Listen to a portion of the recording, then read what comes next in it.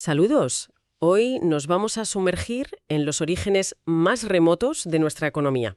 La idea es entender mejor el presente, mirando muy atrás. Sí, es la esencia de la historia económica, ¿verdad? Comprender de dónde venimos. Exacto. Y nos vamos a centrar en la primera de las dos grandes revoluciones económicas que identifica Francisco Comín en su libro, la Revolución Neolítica. Eso es.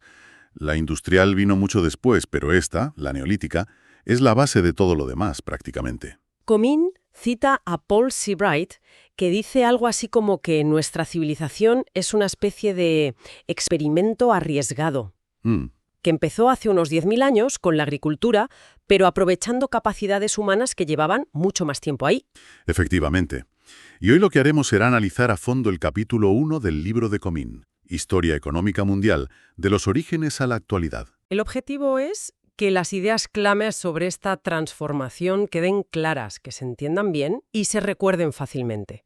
Sin necesidad de tomar apuntes, esa es la meta. Y claro, surgen preguntas. ¿De verdad hace falta irse a la prehistoria para entender la economía de hoy? Es una buena pregunta. ¿Y qué llevó al Homo sapiens a dejar la caza y la recolección? Un sistema que, funcionó durante milenios. Decenas de miles de años, ¿sí? ¿Fue la agricultura un progreso tan evidente desde el minuto uno? Vamos a intentar desgranar todo esto. Pues vamos a ello. Empecemos por lo más básico. Venga, ¿qué es exactamente la revolución neolítica? Pues es el cambio fundamental.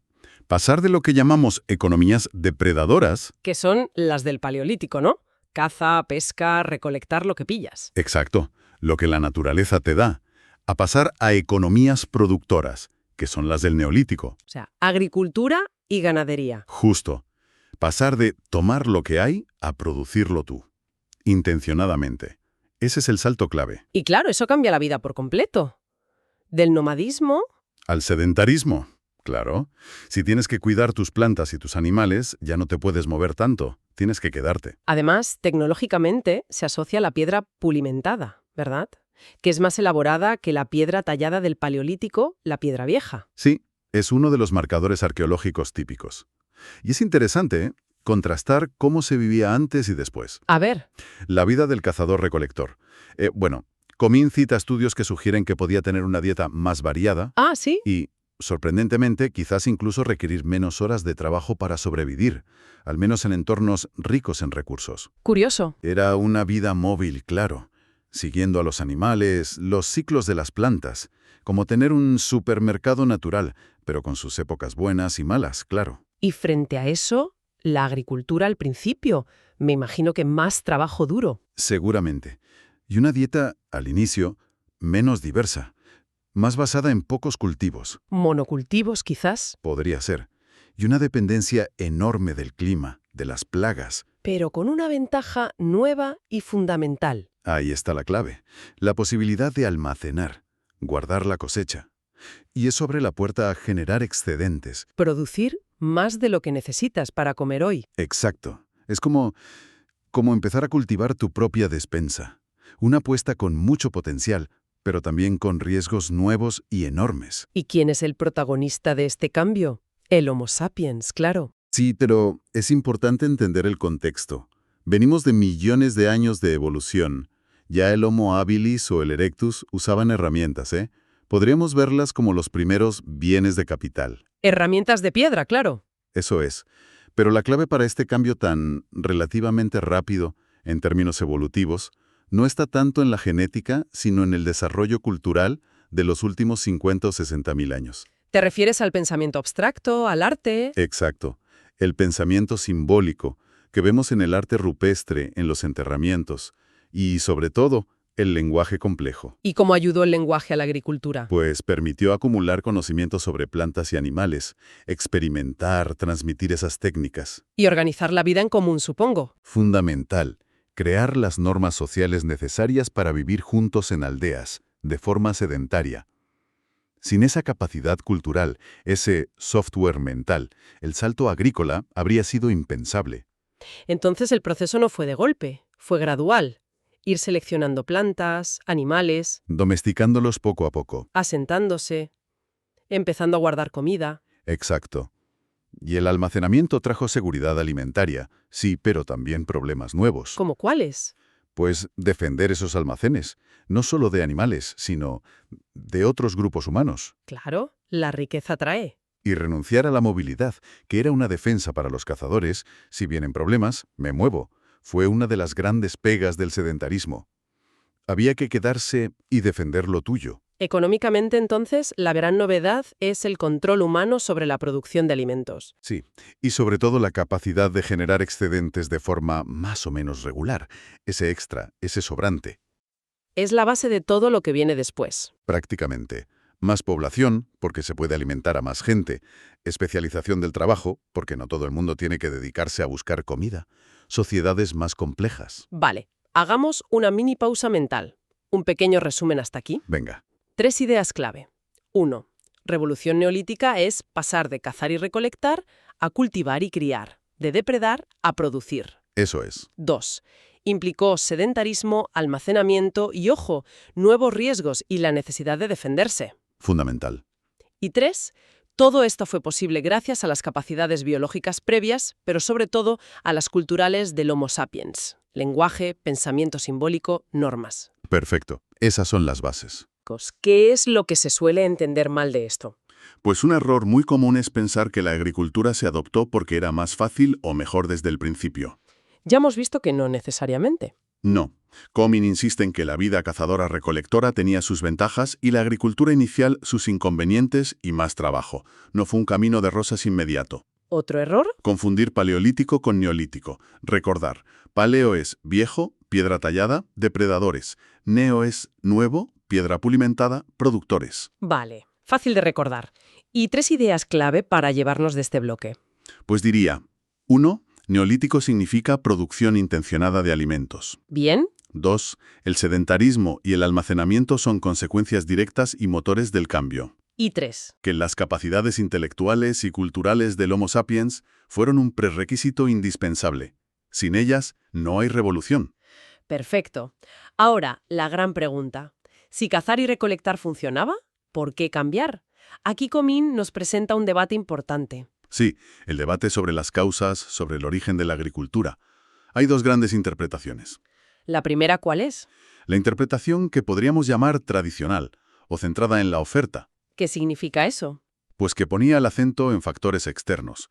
Por ejemplo, el cambio climático al final de la última glaciación, que cambió los ecosistemas. ¿O quizás nuevas tecnologías? Eso es, nuevas herramientas o un mejor conocimiento de las plantas y animales.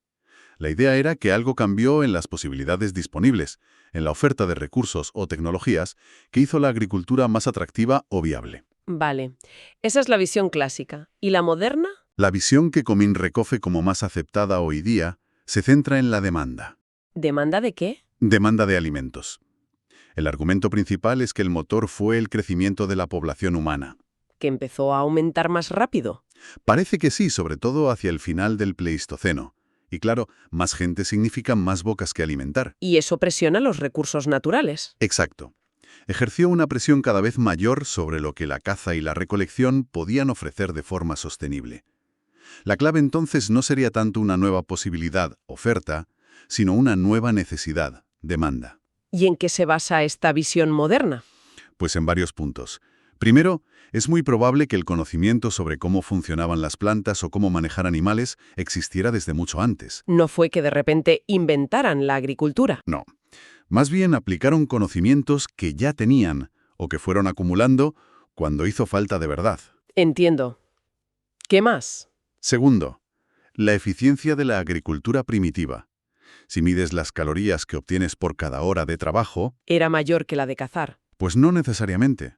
De hecho, en zonas ricas en caza y recolección, al principio la agricultura podía ser menos eficiente y requerir bastante más esfuerzo. O sea, no era una opción claramente superior en términos de trabajo. No al principio. Y tercero, por tanto, la conclusión es que fue la necesidad, la presión demográfica, la que obligó a buscar formas más intensivas de conseguir comida. ¿Como la agricultura? Exacto. Aunque fuera más trabajosa o tuviera otros inconvenientes. No fue tanto una elección optimista. Qué buena idea la agricultura, sino una adaptación necesaria, casi forzosa, ante la escasez relativa de recursos para una población creciente. Esto cambia bastante la perspectiva sobre el progreso, ¿no? A veces innovamos no porque queramos mejorar, sino porque no nos queda más remedio. Totalmente. Matiza mucho esa visión triunfalista. La innovación económica a menudo es una respuesta a problemas, a cuellos de botella. Vale, otro momento para recapitular. Vamos allá. Ideas clave de este bloque. 1. El origen de la agricultura es un debate. Sí, no hay una única causa aceptada al 100%. 2. La visión tradicional se fija en clima y tecnología, o sea, la oferta de posibilidades. Correcto. Y 3. La visión moderna, que Comín destaca, pone el foco en la presión demográfica, en la demanda creciente de alimentos como causa principal. Esa es la idea central actual. Errores típicos aquí. Pues uno sería atribuir el cambio solo a la invención de nuevas tecnologías, ignorando el contexto demográfico. Claro. ¿Y otro? Creer que la revolución neolítica ocurrió a la vez en todo el mundo. ¿Y no fue así? Para nada. Comín incluye datos en el cuadro 1.2 que muestran focos independientes y fechas muy distintas. El creciente fértil hacia el 8500 a.C., China hacia el 7500, América mucho después, sobre el 3000 a.C. Fue un proceso que surgió en distintos lugares y momentos. Exacto. Fue un proceso adaptativo, no una revolución instantánea y mundial. Muy claro. ¿Y las 3 ideas para recordar de este debate sobre las causas? Yo diría, 1. Recuerda el debate. ¿Fue impulso de la oferta, clima, tecnología o presión de la demanda, población? Bien. 2. La presión demográfica es el argumento central de la interpretación moderna. Es la que parece explicar mejor por qué se adoptó algo que no era necesariamente más fácil al principio. Y 3. Que la agricultura fue un proceso adaptativo, gradual, y que surgió de forma independiente en varios lugares del mundo, no una invención única que se difundió sin más. Perfecto. Entendido el qué y el por qué de la revolución neolítica. Ahora Comín introduce una perspectiva evolutiva, citando a gente como Paul Sebright. ¿Qué aporta mirar nuestra biología? Pues nos recuerda algo fundamental. Para entender la economía humana no podemos olvidar nuestra biología y nuestro comportamiento heredado. La revolución neolítica fue, como decía Sebright, un experimento basado en capacidades que se desarrollaron durante millones de años. La base biológica estaba ahí. Claro. Pero la clave del cambio rápido de los últimos milenios, insiste Comín, es la cultura. El lenguaje, los símbolos, las normas. Eso es lo que nos dio la plasticidad, la flexibilidad para adaptarnos tan rápido. Pero esa herencia biológica también traía, digamos, limitaciones, ¿no? Sebright habla de la desconfianza hacia extraños. Exacto. Nuestra herencia primate, compartida con otros simios, incluye una tendencia a la desconfianza e incluso la violencia hacia los que no son del grupo, y a organizarnos en grupos pequeños basados en el parentesco. Y claro, eso es un problema enorme si quieres vivir en aldeas más grandes o más tarde en ciudades. Es el gran reto. ¿Cómo superar esa limitación?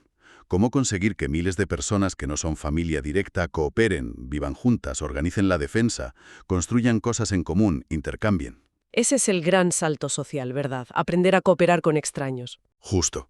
Ese es uno de los logros más asombrosos de la humanidad, según Sebright y otros. ¿Y cómo lo hicimos? ¿Cuáles fueron las herramientas? Pues las herramientas fueron culturales. El lenguaje complejo permitió crear normas sociales compartidas, reglas del juego que todos más o menos aceptaban. Instituciones, aunque fueran rudimentarias. Exacto. Instituciones informales al principio. También rituales que ayudaban a crear identidad de grupo, a cohesionar. Y formas de controlar la violencia dentro del grupo. Todo esto permitió generar cierta confianza y cooperación más allá de la familia cercana. ¿Y sin esa cooperación ampliada? Pues no habría sido posible la vida en comunidades más grandes y complejas que trajeron la agricultura y las ciudades. Las implicaciones económicas de esto son enormes, claro. Absolutamente. Piensa en la división del trabajo. Para que haya especialistas, artesanos, sacerdotes, guerreros, necesitas poder confiar en que los agricultores te darán comida y ellos confiar en que tú harás tu parte. ¿Y el comercio, más allá del trueque local? También. Requiere confiar en gente que no conoces directamente. O la construcción de bienes públicos, murallas, canales de riego. Exacto. Necesitas organizar a mucha gente, coordinar esfuerzos, asegurarte de que todos contribuyen. Todo eso se basa en la capacidad de cooperar a gran escala. Es la base para desarrollar instituciones más complejas, como mercados organizados o los primeros protoestados. O sea que la biología nos dio el hardware, la capacidad de base. Pero fue la cultura, el lenguaje, las normas, la que nos dio el software para dar ese salto increíble de cooperar entre extraños. Muy bien resumido. Y eso fue tan revolucionario para la economía como la propia agricultura. Recapitulamos este punto. Ideas clave. 1. La biología nos dio la capacidad, pero la cultura impulsó el cambio rápido. Correcto. 2. El gran salto social fue aprender a cooperar entre extraños, superando nuestra tendencia natural a la desconfianza. Un logro fundamental. Y 3. El lenguaje y las normas sociales fueron las herramientas clave para construir esa cooperación. Exactamente. Errores típicos al pensar en esto. Pues uno muy frecuente es analizar la economía antigua solo en términos técnicos. ¿Qué herramientas usaban? ¿Qué cultivaban? Olvidando el factor social. Exacto. Olvidando que la confianza, la cooperación, pero también el conflicto y cómo se gestionaba eran absolutamente cruciales. Son factores sociales e institucionales. Y otro error. Dar por sentada la cooperación humana a gran escala. Pensar que es algo natural o automático. Cuando en realidad es un logro muy complejo. Muy complejo. Es una construcción evolutiva y sobre todo cultural, muy sofisticada y a veces frágil. Vale. ¿Y las 3 ideas para grabar a fuego de este bloque? Primero, la biología es la base, pero la cultura, lenguaje, normas, es lo que permite la adaptación rápida y la complejidad. Segundo. Cooperar con extraños fue una innovación social absolutamente fundamental, quizás la más importante. Y tercero. Esta cooperación es la que permitió la complejidad económica que vino después. Especialización, comercio, instituciones. Genial. Y esta nueva capacidad de cooperar, junto con la agricultura ya consolidada, nos lleva directos a la siguiente gran transformación que analiza Comín, la revolución urbana. Efectivamente. Si la neolítica fue pasar de cazar a cultivar, ¿cómo podríamos definir de forma sencilla la revolución urbana? Pues podríamos decir que es pasar de la aldea agrícola, más o menos dispersa, a la ciudad. Un sitio donde se concentra mucha gente, pero sobre todo que actúa como un centro de organización y poder. Comín usa una metáfora útil, ¿no? Como pasar de la aldea a una ciudad con ayuntamiento. Exacto. Con un centro de poder visible, sea un palacio o un templo, a menudo con murallas para defenderse, con gente especializada que no cultiva, administradores, artesanos, sacerdotes, soldados. Y con sistemas para gestionar esa complejidad, como la escritura. Fundamentalmente para llevar cuentas al principio. Es un salto de escala y sobre todo de complejidad organizativa. ¿Qué características clave definen a estas primeras ciudades según Comín? Mesopotamia, Egipto. Pues varias. Primero, una concentración de población importante y a menudo murallas defensivas. Segundo, obras públicas a gran escala, a veces monumentales. Templos, palacios, canales de riego. Tercero, la aparición clara de un poder centralizado. Una élite religiosa o política, a veces ambas cosas mezcladas, que reside en ese templo o palacio. Cuarto, los especialistas a tiempo completo. Gente que vive de otra cosa, que no sea producir comida directamente. Y quinto, como decías, la escritura, que surge muy ligada a la necesidad de llevar registros, a la contabilidad y la administración de sus primeros estados. Vale. ¿Y cómo se sostenía todo esto? ¿De dónde salía la riqueza para mantener a los especialistas? Construir templos. La clave es el excedente agrario. La agricultura, ya más desarrollada, producía más de lo necesario para la subsistencia de los propios agricultores. Y la ciudad se organiza para quedarse con ese extra. Exacto. La ciudad, y sobre todo la élite gobernante, se organiza en torno a la apropiación de ese excedente, sea mediante tributos en especie, trabajo forzado. ¿Y qué hacían con ese excedente? Pues usarlo para mantener a todos esos especialistas no agrícolas, sacerdotes, guerreros, administradores, artesanos, y para financiar las obras públicas y la propia administración del naciente Estado. Y la consecuencia social de esto es inevitable, supongo. Directa y muy marcada. La estratificación social. Aparecen diferencias muy claras entre la élite que controla y gestiona el excedente y la gran mayoría que lo produce. Ricos y pobres, gobernantes y gobernados. Y de esa necesidad de gestionar el excedente, organizar la defensa, construir obras complejas, nace el Estado. Exacto. Esas necesidades impulsan la creación de los primeros estados. Y estos estados primitivos a menudo se basan en la coacción para poder extraer esos recursos. Tributos, impuestos. Sí, y también para movilizar mano de obra para las grandes construcciones. Por eso se generalizan formas de servidumbre o trabajo forzado. La libertad individual no era precisamente la norma. Has mencionado antes los canales de riego en Mesopotamia o Egipto. Comín habla de las sociedades hidráulicas. Sí, toca ese debate. En esas zonas, el control del agua era absolutamente vital para la agricultura, y gestionar grandes sistemas de irrigación requería una organización centralizada importante. Y ahí surge la pregunta. Si el control del agua daba también el control del poder político.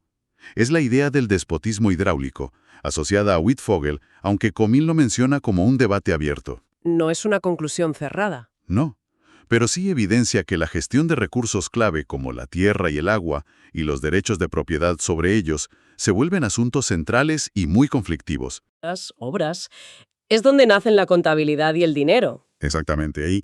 Comín explica los inicios en Mesopotamia, que son fascinantes. Usaban tablillas de arcilla como sistema pionero de contabilidad. ¿Qué apuntaban ahí? Pues de todo. Entregas de grano, deudas, pagos, raciones. Eran los primeros libros de cuentas de la historia. Inscripciones cuneiformes en barro cocido. ¿Y eso funcionaba como dinero? ¿Una tablilla de barro? Podía funcionar como un dinero fiduciario primitivo. A ver, la tablilla en sí no valía casi nada. Claro. Pero lo que representaba sí tenía valor. Una deuda reconocida, una obligación de pago garantizada por una autoridad, como el templo o el palacio. Su valor se basaba en la confianza en esa autoridad emisora. O sea, dinero basado en la confianza, no en el valor del material. Exacto. Y ya existía el crédito, se cobraban intereses, incluso interés compuesto, y esas deudas registradas en tablillas a veces eran transferibles, se podían usar para pagar a otros, pagar al portador. Códigos como el de Hammurabi ya regulaban todo esto, incluso preveían perdones de deudas en ciertos casos. Es increíble pensar que hace miles de años ya tenían sistemas financieros tan relativamente sofisticados. Sí, aunque muy ligados al poder central, claro, no era un mercado libre como lo entendemos hoy. Entonces, la revolución urbana no es solo que la gente se junte en ciudades, es el nacimiento de instituciones económicas clave. El Estado, que recauda impuestos, la propiedad privada y desigual, la contabilidad formal, el dinero basado en la confianza, el crédito institucionalizado. Pero también, no lo olvidemos, una marcada estratificación social y el uso de la coacción y la servidumbre como parte del sistema. La ciudad como nodo económico, sí, pero también político y social, con sus luces y sus sombras. Totalmente. Es un paquete completo. Hagamos otro mini recap. Puntos clave de la revolución urbana. Venga. 1.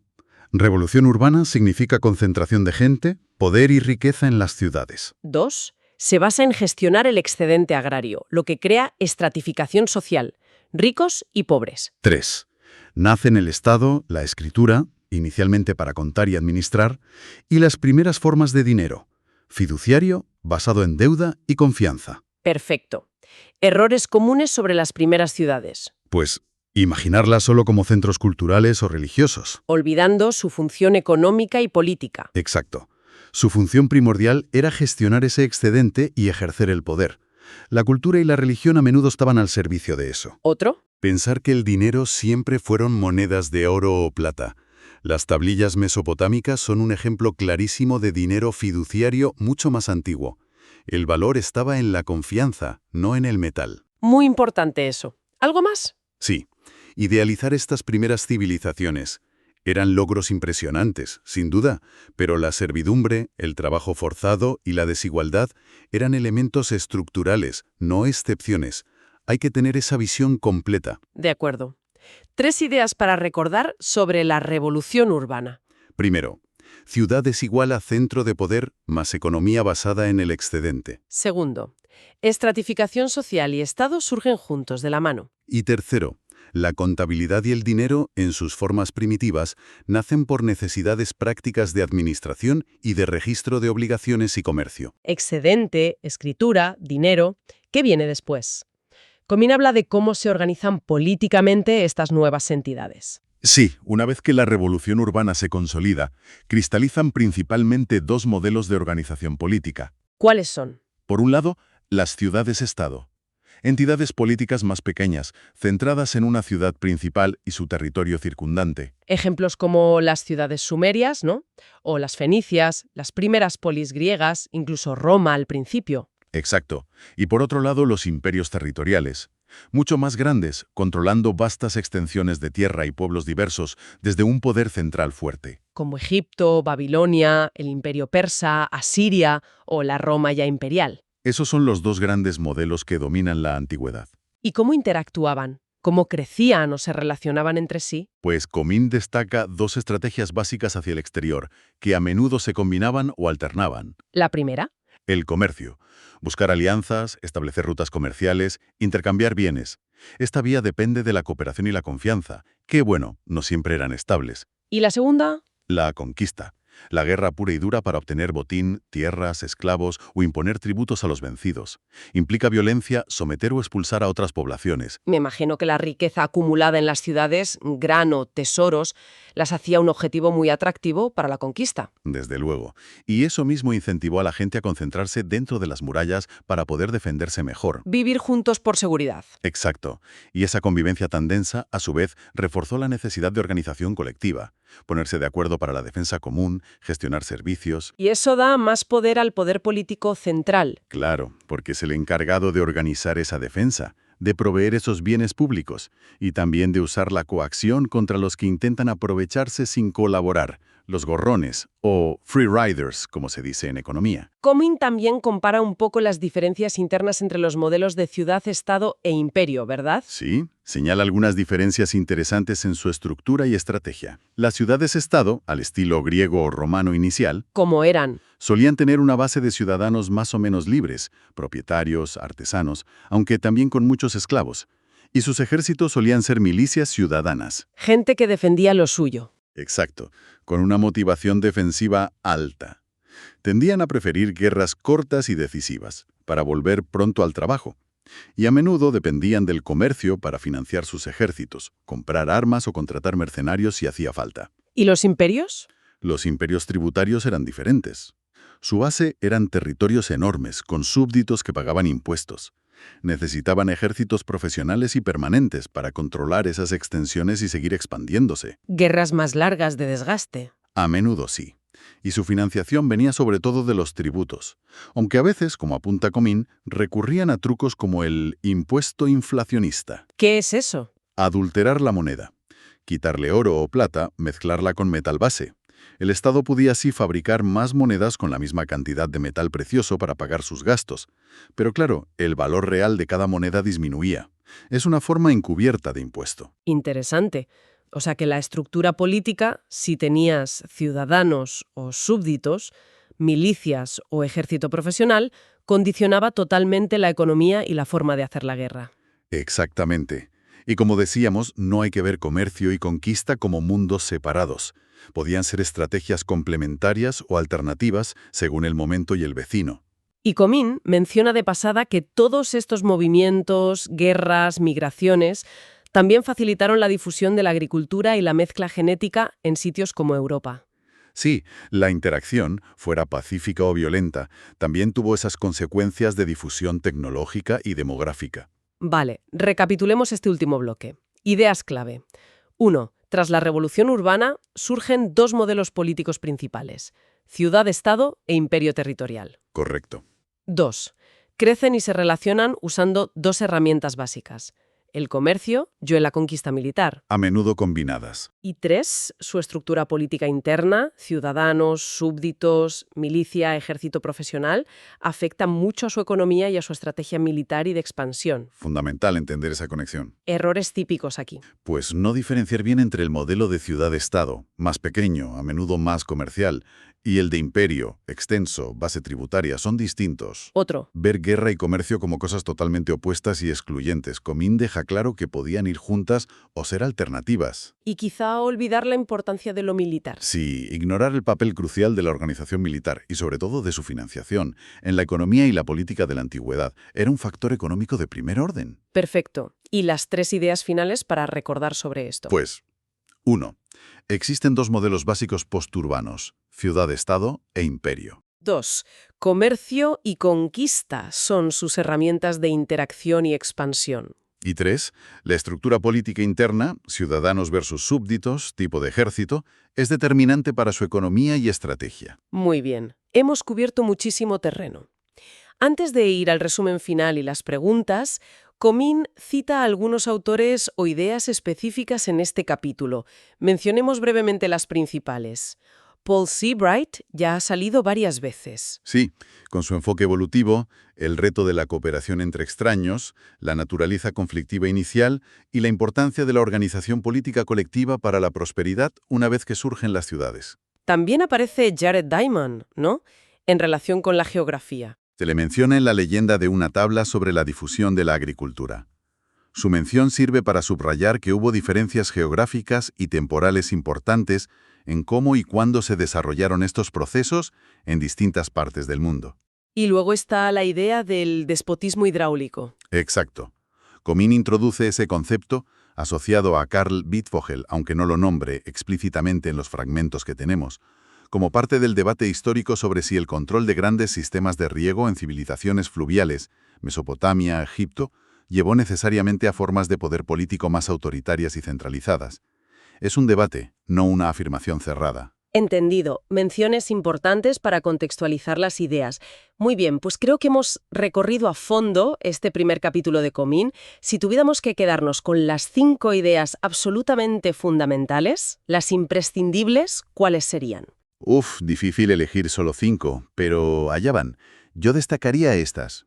La revolución neolítica, o sea, la adopción de la agricultura y la ganadería, fue un cambio radical, y la interpretación moderna sugiere que fue impulsada principalmente por la presión demográfica. Segunda. Implicó sedentarismo, la posibilidad de almacenar excedentes, pero también nuevos riesgos y la necesidad crucial de defender la riqueza acumulada. Tercera idea clave. La cooperación entre extraños. Superar la desconfianza natural y aprender a colaborar a gran escala, gracias a la cultura, lenguaje, normas, fue un salto social tan importante o más que la propia agricultura. Cuarta. Las ciudades, el Estado, la estratificación social marcada, la escritura, muy ligada a la contabilidad al principio, y las primeras formas de dinero, fiduciario, basado en deuda y confianza. Todo ello articulado en torno a la gestión del excedente agrario. Y la quinta y última idea fundamental.